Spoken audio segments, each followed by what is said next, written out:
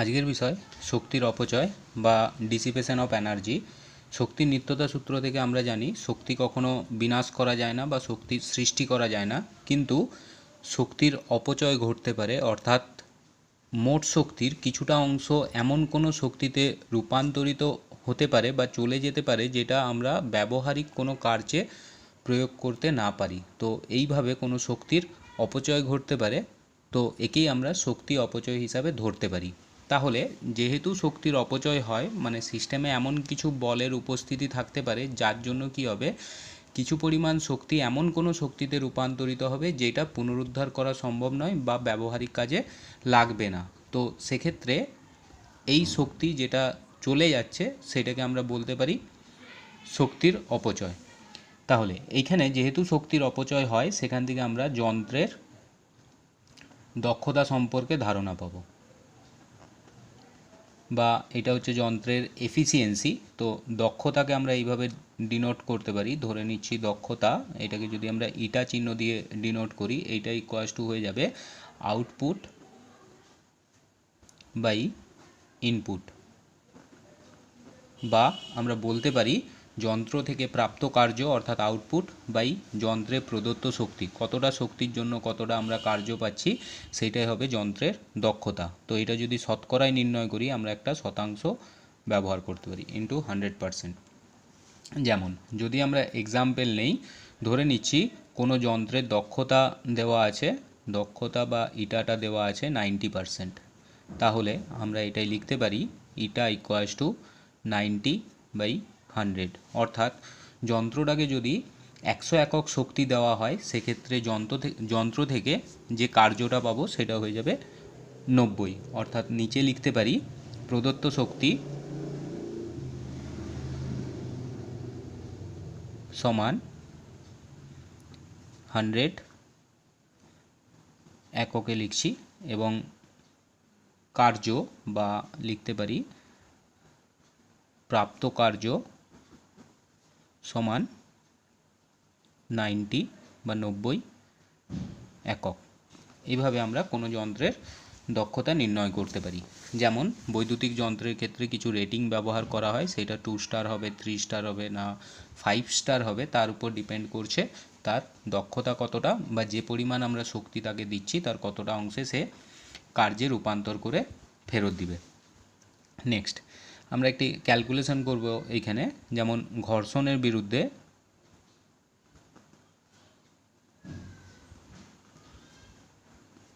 কৃতকার্য। তো আগে যতগুলো ক্যালকুলেশন করেছিলাম সেখানে ঘর্ষণের মতো কোনো বলের উপস্থিত না রেখেই আমরা কার্যের ক্যালকুলেশন করেছিলাম, কিন্তু এখানে যেটা ক্যালকুলেশন করব সেখানে ঘর্ষণ উপস্থিত থাকবে। তাহলে এখানে আমরা একটি নততলের জন্য ক্যালকুলেশন করতে পারি। ধরে নিচ্ছি একটি নততল আছে যেটা ঘর্ষণবিহীন নয় বা মসৃণ নততল নয়। নাম দিয়ে দিচ্ছি, ধরে নিচ্ছি শীর্ষবিন্দু এ, এটা আছে বি, এটা সি। কোনো একটা সময় ধরে নিচ্ছি বস্তুটা এ বিন্দুতে আছে, তাহলে এই উচ্চতাটা যদি এইচ হয়, তাহলে এই এ বিন্দুতে এর কিছু শক্তি পাবো। এবার কিছু সময় পর ধরে নিচ্ছি বস্তুটা বি বিন্দুতে নেমে এসছে, সরি বি না দিয়ে এটাকে ডি দিচ্ছি, ধরে নিচ্ছি এটা ডি বিন্দুতে নেমে আসছে। তাহলে এর জন্য আমরা ক্যালকুলেশন করব। তাহলে আমরা লিখতে পারবো এ বিন্দুতে গতিশক্তি ইকে যেহেতু স্থির আছে তাই 0, এবং স্থিতিশক্তি ইপি ইকুয়ালস টু আমরা লিখতে পারি mgh। ধরে নিচ্ছি বস্তুটার ভর আছে m, অভিকর্ষীয় ত্বরণ g, এবং যে নততলটা নিয়েছি তার উচ্চতা যদি h হয়, সেক্ষেত্রে শক্তিটা হয়ে যাবে বা স্থিতিশক্তি হয়ে যাবে mgh। অতএব মোট শক্তি যদি ক্যাপিটাল ই দিয়ে ডিনোট করি, ক্যাপিটাল ই ইকুয়ালস টু লিখতে পারবো গতিশক্তি ইকে প্লাস স্থিতিশক্তি ইপি, और মোট শক্তি যেহেতু গতিশক্তি শূন্য আছে তাই স্থিতিশক্তির সাথে সমান হবে, অর্থাৎ এটাকে লিখতে পারবো mgh। তাহলে এ বিন্দুতে এর মোট শক্তি হয়ে যাবে mgh। একইভাবে আমরা যদি এখানে ডি বিন্দুতে ক্যালকুলেশন করি, এখানে নিচ্ছি ডি বিন্দুতে, তাহলে ডি বিন্দুতে ক্যালকুলেশন করবার জন্য ধরে নিচ্ছি বস্তুটা কিছুটা নেমে এসছে। তাহলে এখান থেকে যদি আমরা একটা লম্ব টানি, তাহলে এখানে একটি ত্রিভুজ গঠিত হবে। ধরে নিচ্ছি এই অ্যাঙ্গেলটা থিটা, এই অ্যাঙ্গেলটা থিটা হলে এখানে এটাও থিটা হবে। এইবার বস্তুর ওজন যদি এইভাবে ডাউনওয়ার্ড ডাইরেকশানে দেখাই, এটা হয়ে যাবে mg, উপাংশ নিতে পারি এই বরাবর কাজ করবে mg cos অফ থিটা, কারণ নততল অনুযায়ী এই কোণটা থিটা হবে। নততল বরাবর উপাংশ কাজ করবে mg সাইন অফ থিটা, এবং এই বরাবর আমরা একটি লম্ব প্রতিক্রিয়া নিতে পারি n। এবার যেহেতু বস্তুটা নিচের দিকে নামছে, তাই ঘর্ষণ বল এক্ষেত্রে ওপরের দিকে কাজ করবে। ধরে নিচ্ছি এই বরাবর ঘর্ষণ বল কাজ করছে, এটাকে আমরা F দিয়ে ডিনোট করতে পারি। তাহলে এক্ষেত্রে ঘর্ষণ বলকে আমরা লিখতে পারবো, আমরা জানি F = হয় ঘর্ষণ বল মিউ ইন্টু এন, যেখানে মিউটা হচ্ছে ঘর্ষণ গুণাঙ্ক, এনটা লম্ব প্রতিক্রিয়া। তাহলে F = হয়ে যাবে মিউ ইন্টু লম্ব প্রতিক্রিয়া। এক্ষেত্রে এনটা আমরা দেখতে পাচ্ছি mg cos থিটা, তাই এটাকে লিখতে পারবো mu mg cos of theta. তাহলে লব্ধি বল যার কারণে বস্তুটা নিচে নামবে, অতএব লব্ধি বল যদি ক্যাপিটাল F হয়, তাহলে নিচের দিকে বল আছে mg সাইন অফ থিটা, ওপর দিকে আছে ঘর্ষণ বল। ঘর্ষণ বল এর মোট বলটা থেকে বাদ যাবে। অর আমরা লিখতে পারবো capital F = mg sign theta minus mu mg cos of theta. Or আমরা জানি F = ma হয়, লেখা যেতে পারে mg sign theta minus mu mg cos of theta. সমাধান করলে পাবো ত্বরণ A = g sine theta minus mu g cos of theta. এটা হয়ে যাবে ত্বরণের রাশিমালা। এইবার ধরে নিচ্ছি যখন বস্তুটা এ বিন্দুতে ছিল, এর প্রাথমিক বেগ ছিল 0, অন্তিম বেগ এখানে আছে ধরে নিচ্ছি v, আর এখানে বস্তুটা সরণ হয়েছে ধরে নিচ্ছি x। তাহলে এক্ষেত্রে প্রাথমিক বেগ u = 0, অন্তিম বেগ v = v হয়েছে।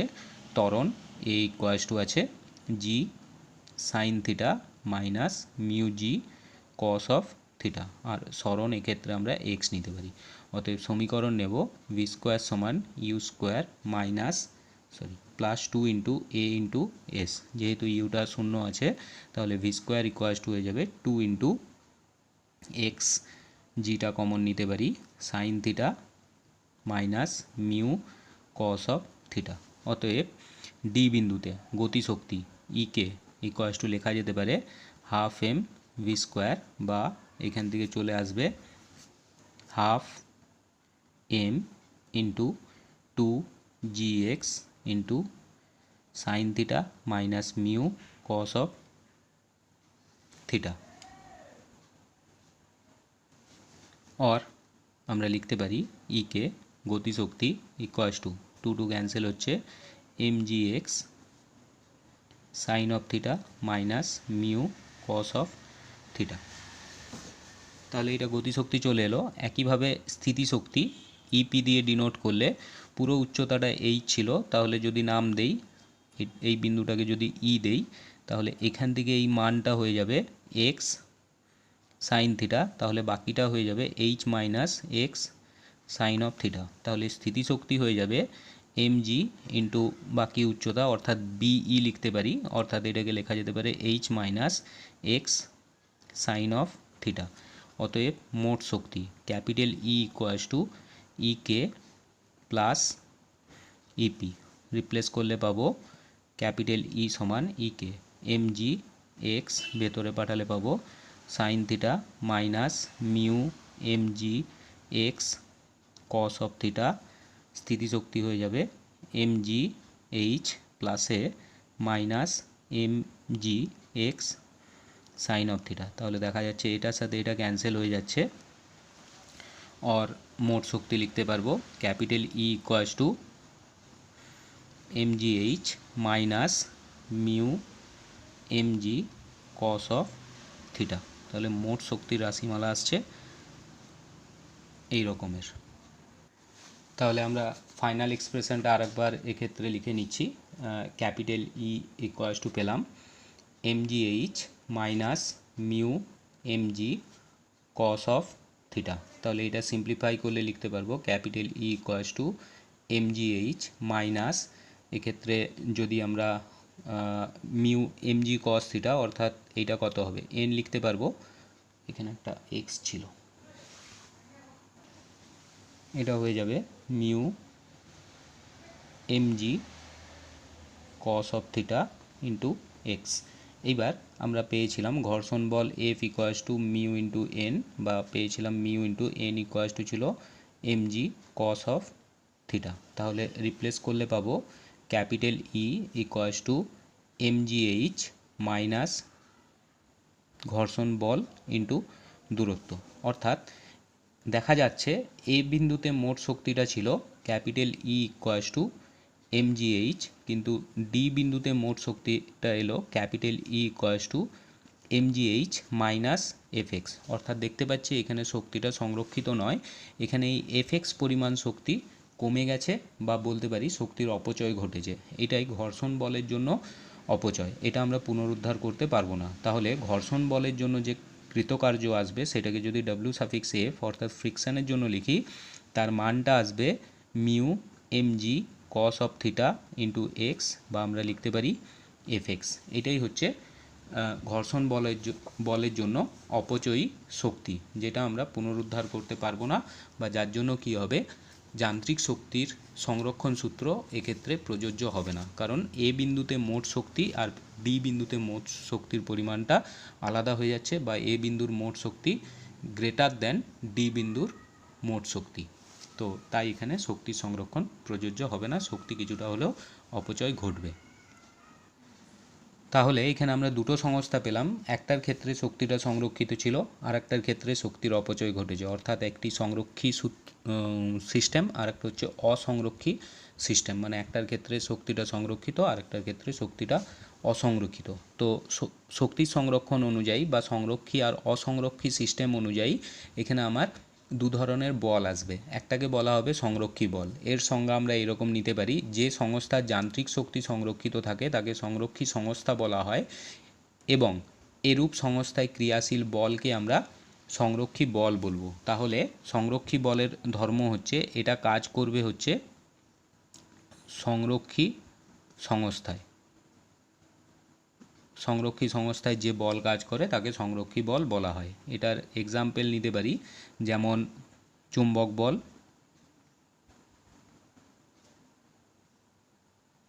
তড়িৎ বল, মহাকর্ষীয় বল,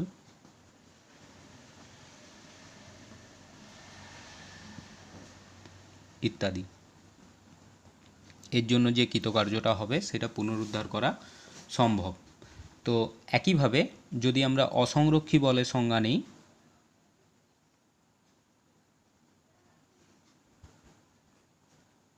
বা এইটাকে আমরা ইংলিশে যদি লিখতে পারবো নন কনজারভেটিভ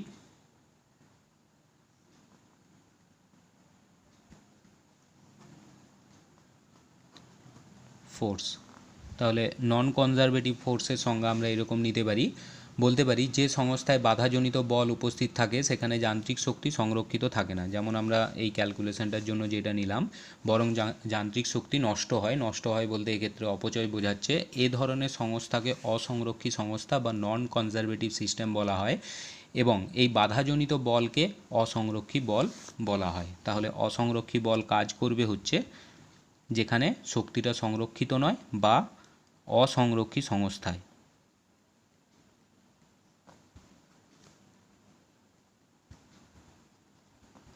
এটার উদাহরণ আমরা নিতে পারি, যেমন ঘর্ষণ বল। তাহলে বলতে পারবো ঘর্ষণ বল হচ্ছে একটি অসংরক্ষী বল। নেক্সট আমরা আলোচনা করব সংরক্ষী সংস্থায় কণার শক্তির সংরক্ষণ। ধরে নিচ্ছি একটি বস্তু আছে যেটা এ বিন্দু থেকে বি বিন্দুতে শিফট করছে, এটা এ বিন্দু নিচ্ছি, এটা বি বিন্দু নিচ্ছি। যদি সংরক্ষী সংস্থা ধরি, এর উপর আমরা একটা বল প্রযুক্ত করছি এফ, যে বলটা হচ্ছে সংরক্ষী বল। তাহলে এই সংরক্ষী বলের প্রভাবে বস্তুর একটি বেগ সৃষ্টি হচ্ছে, এর বেগ, বস্তুর বেগটা আমরা ভি ধরতে পারি।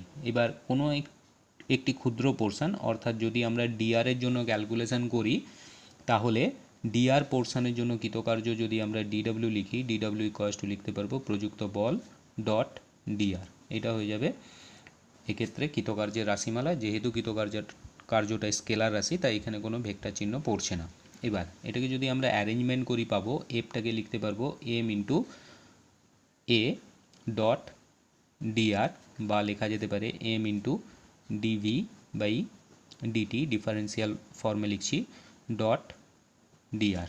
আর এইটাকে লিখতে পারি এম ডিভি, ডিটিটাকে আমরা চেঞ্জ করছি, ডিআর এর নিচে নিয়ে আসছি, ডিআর বাই ডিটি। আর এখান থেকে লেখা যেতে পারে এম ডিআর বাই ডিটি সমান ভি হয়, তাহলে এটাকে ভিটা আগে নিয়ে চলে আসছি, ভি ডট ডিবি, কারণ ডট প্রোডাক্টের ক্ষেত্রে আগে বা পরে লেখার ক্ষেত্রে কোনো কিছুই মিনিং আসে না। তো এইটাকে আমরা এইভাবে অ্যারেঞ্জ করতে পারি, ডিডাব্লিউ ইকুয়ালস টু লিখতে পারবো M into D of half of V square.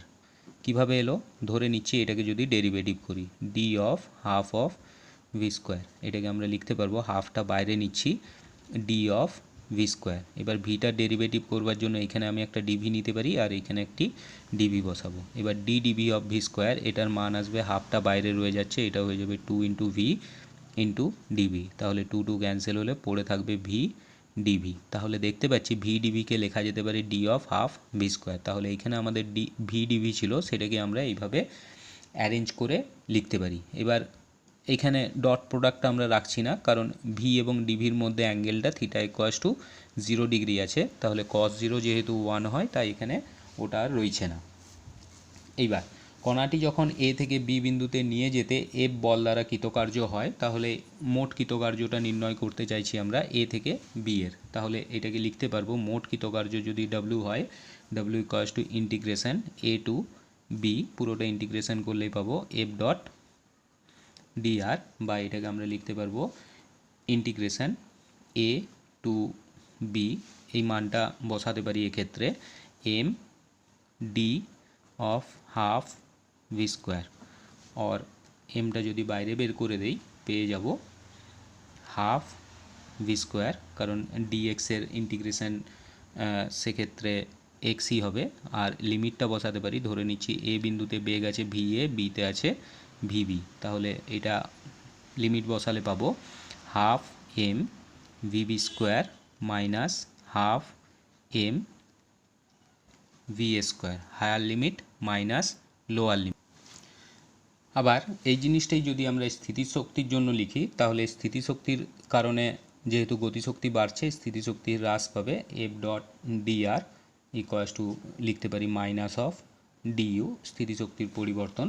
তাহলে আমরা এটাকে যদি ইন্টিগ্রেশন করি, integration A to B F dot DR equals to লেখা যেতে পারে minus of integration A to B DU. और এটাকে লিখতে পারবো ডিইউর ইন্টিগ্রেশন ইউ হবে, আগে মাইনাস সাইন আছে, এ বিন্দুতে স্থিতিশক্তি ধরে নিচ্ছি ইউ সাফিক্স এ, বিতে ধরে নিচ্ছি ইউ সাফিক্স বি, তাহলে এটাকে লেখা যেতে পারে minus of U B minus U A, और এটাকে আমরা লিখতে পারি ইউ এ মাইনাস ইউবি। তাহলে ধরে নিচ্ছি এটা 1 নাম্বার সমীকরণ এবং এটা 2 নাম্বার সমীকরণ। তাহলে 1 নাম্বার সমান যদি 2 নাম্বার করি, আমরা লিখতে পারি half M VB square minus half M V A square equals to U A minus UB. और এর সাফিক্সটা যদি একদিকে আর বি এর সাফিক্সটা যদি একদিকে রাখি, আমরা লিখতে পারবো U A plus half M V A square equals to U B plus half M VB square. और আমরা লিখতে পারবো ইউ এ প্লাস, এটা দিলে এ বস্তুর গতিশক্তি কে সাফিক্স এ দিয়ে লিখছি, ইকুয়ালস টু এটা লিখতে পারবো U B plus K suffix B, অর্থাৎ এ বস্তুর মোট শক্তি সমান আমরা লিখতে পারি বি বস্তুর মোট শক্তি, বা বলতে পারি এ অবস্থানে মোট শক্তি সমান বি অবস্থানে মোট শক্তি।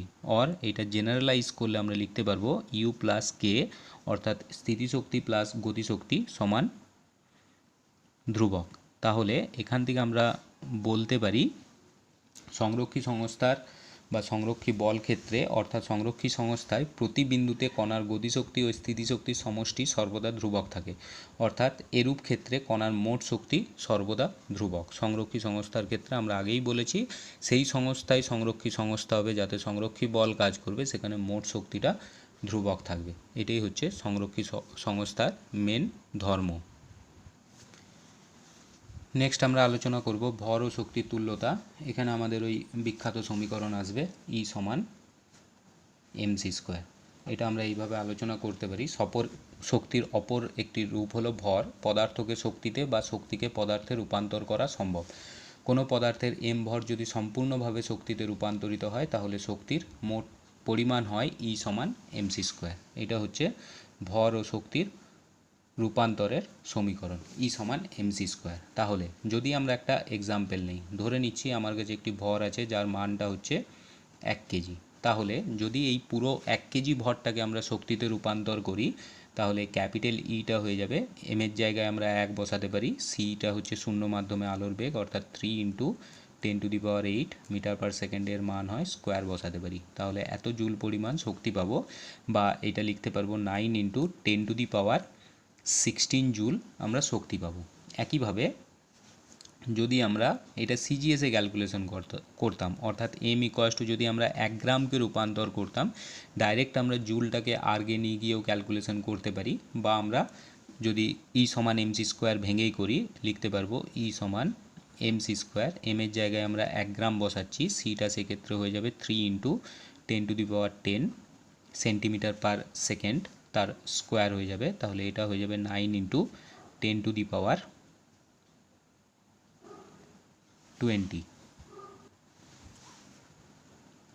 এত আর্গ। তাহলে 1 কেজি ভর চেঞ্জ করলে আমরা এই পরিমাণ শক্তি পাবো, আর যদি 1 গ্রামকে চেঞ্জ করি তার ক্ষেত্রে এই পরিমাণ শক্তি পাবো। এটা আর্গে আছে, তো এটাকে আমরা সিম্পলি জুলেও নিয়ে যেতে পারি। এটা তখন হয়ে যাবে 9 ইন্টু 10⁻13 জুল। তাহলে এইটা একটা হিউজ পরিমাণের শক্তি, সামান্য 1 গ্রামকে চেঞ্জ করে আমরা এইরকম একটি বৃহৎ মানের শক্তি পেতে পারি। তো এই পরিমাণ ভর চেঞ্জ করার ক্ষেত্রে যথেষ্ট জটিলতা আছে। তো আমরা যদি একটি ছোট উদাহরণে আসি, ধরে নিচ্ছি আমরা যদি একটা ইলেকট্রনকে চেঞ্জ করি। এবার ইলেকট্রনের ক্ষেত্রে এর ভরটা আমরা জানি, এম ইকুয়ালস টু হয় 9.1 ইন্টু 10⁻31 কেজি। তাহলে এইটাকে যদি আমরা শক্তিতে রূপান্তর করি, তুল্য শক্তি ই সমান আমরা এমসি স্কোয়ার সমীকরণ নিতে পারি, এম এর মান বসাতে পারি 9.1 ইন্টু 10⁻31 ইন্টু 3 ইন্টু 10⁻8 তার হোল স্কোয়ার। তাহলে এইটাকে সমাধান করলে আমরা পেয়ে যাব মোটামুটি 0.511 মেগা ইলেকট্রন ভোল্ট শক্তি। অর্থাৎ একটা ইলেকট্রনকে যদি আমরা রূপান্তর করতে পারি তার ক্ষেত্রে 0.511 এমইভি শক্তি পাবো, যেখানে মেগা বলতে 10⁻6 এবং 1 ইভি ইকুয়ালস টু হয় 1.6 ইন্টু 10⁻19 জুল। তাহলে একটা ইলেকট্রনকে কনভার্ট করলে আমরা এই পরিমাণ শক্তি পেতে পারি। তাহলে এখান থেকে আমরা আরেকটা সমীকরণে যাব, সেটা হচ্ছে স্থির ভর এবং গতিশীল অবস্থায় থাকা কোনো বস্তুর ভরের মধ্যে সম্পর্ক। তো স্থির ভর আর গতিশীল অবস্থায় থাকা কোনো বস্তুর মধ্যে যদি আমরা সম্পর্ক প্রতিষ্ঠা করতে চাই, বা সম্পর্ক এই ক্ষেত্রে প্রতিষ্ঠা করব না, আমরা লিখব M equals to m0/√1 minus V square by C square. এটা আইনস্টাইনের আপেক্ষিকতাবাদ তত্ত্ব থেকে এই সমীকরণটা আসে। এটা এখন আমাদের সিলেবাস বহির্ভূত, ওর জন্য আলোচনা করছি না। শুধুমাত্র এই সমীকরণটা থেকে কি ব্যাখ্যা পেতে পারি সেটা দেখব। যেমন এক্সাম্পল যদি নেই আমরা, ইলেকট্রনের ক্ষেত্রে ওর স্থির ভর হয়, ইলেকট্রনের স্থির ভর যেটা আমরা একটু আগে নিলাম সেটার মান হবে 9.1 ইন্টু 10⁻31 কেজি। কিন্তু ইলেকট্রনটা যদি গতিশীল অবস্থায় থাকে তার ক্ষেত্রে এর ভরের মানটা চেঞ্জ হবে। যেমন যদি ইলেকট্রনের বেগটা ভি ইকুয়ালস টু হয় 2.2 ইন্টু 10⁻6 মিটার পার সেকেন্ড। কোথায় এই বেগটা পাবো? যেমন কেমিস্ট্রিতে আছে ক্লাস 11-এ, হাইড্রোজেন অ্যাটমের এন ইকুয়ালস টু 1 অর্থাৎ কে অরবিটে ইলেকট্রনের বেগ হচ্ছে 2.2 ইন্টু 10⁻6 মিটার পার সেকেন্ড। তাহলে ওই অরবিটে ইলেকট্রনের গতিশীল অবস্থায় ভরটা আমরা নির্ণয় করতে পারি। তাহলে এটা নিজেরা ক্যালকুলেশন করলে ভালো হয়। সেক্ষেত্রে এম ইকুয়ালস টু পেয়ে যাব সমীকরণ m0/√1 minus V square by C square. তাহলে মান লিখতে পারি 9.1 ইন্টু 10⁻31, নিচে মান বসাতে পারবো 1 মাইনাস ভি স্কোয়ার অর্থাৎ 2.2 ইন্টু 10⁶ বাই 3 ইন্টু 10⁸ তার হোল স্কোয়ার। এটা সমাধান করলে যেটা পাবো সেটা হয়ে যাবে গতিশীল অবস্থায় ইলেকট্রনের ভর। তাহলে এখান থেকে আমরা দেখতে পাচ্ছি ভর আর শক্তিটা যেহেতু তুল্য, তাই এর একক আমরা নিতে পারি ভর বা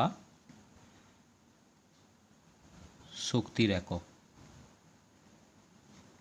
এটা আমরা এবার আলোচনা এইরকমভাবে নিতে পারি। তো বলতে পারি আমার কাছে 1 গ্রাম শক্তি আছে, এইভাবেও বলা যেতে পারে, বা বলতে পারি আমার কাছে 9 ইন্টু 10⁻16 জুল ভর আছে। ঠিক আছে, যে কোনো আকারে বলা যেতে পারে, কারণ এখন ভর আর শক্তি পরস্পরের তুল্য। যে পরিমাণ ভর আছে তার জন্য আমরা শক্তি পাবো, বা যে পরিমাণ শক্তি আছে সে তার রেসপেক্টে আমরা ভর আনতে পারি। তো এটাই হচ্ছে ভর আর শক্তির মধ্যে তুল্যতা। যখন উঁচু ক্লাসে যাব তখন দেখা যাবে ভর আর শক্তির মধ্যে সেরকম কোনো ডিফারেন্স নাই।